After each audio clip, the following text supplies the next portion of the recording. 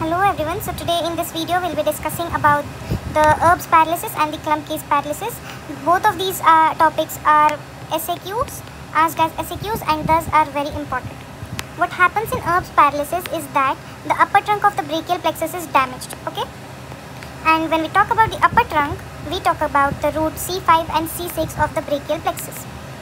When we talk about Klumpke's paralysis, we talk about the lower trunk of the brachial plexus. What does it include? It includes the T1 and C8 roots of the brachial plexus. Now, in Erb's paralysis, the paralysis occurs at the meeting point of 6 different nerves. This point is called as the Erb's point. We can see there are 6 different nerves meeting over here. This is the first one, the second one, third, fourth, fifth, and the sixth one. These are the C5 and C6 roots of the brachial plexus. These meet together and these further divide into the anterior division and posterior division. Right. And from this region, there are 2 nerves arising, the suprascapular nerve and the nerve to subclavius. What is this point called as? This was the Erb's point, right? Yes. So, it is related with the upper trunk, this is with the lower trunk. Next, what happens here? Why does this happen? What causes Erb's paralysis? Erb's paralysis occurs due to undue stretched separation of the head and shoulder, and this leads to Erb's paralysis because the upper trunk of brachial plexus gets stretched over a limit and hence gets damaged.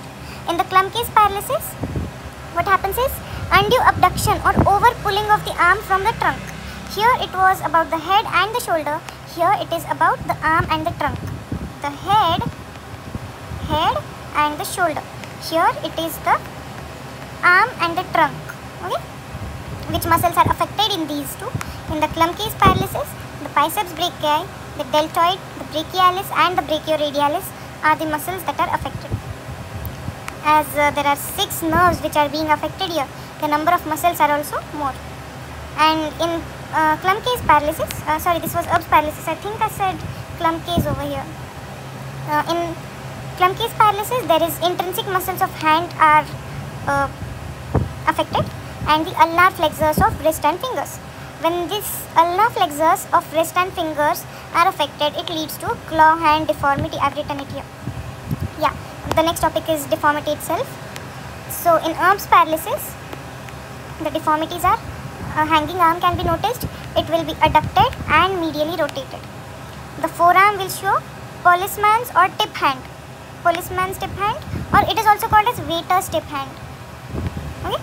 And in Klumpke's paralysis, the deformity is claw hand and Horner's syndrome.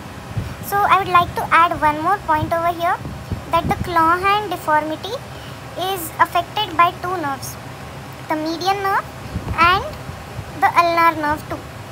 When both the nerves are affected, it is called as a complete claw hand, and in this situation we have discussed just the claw hand where the ulnar nerve is damaged. In the Horner's syndrome that is seen in the Klumpke's paralysis, there is ptosis, meiosis and anhidrosis. This is related to eyes. Thanks for watching.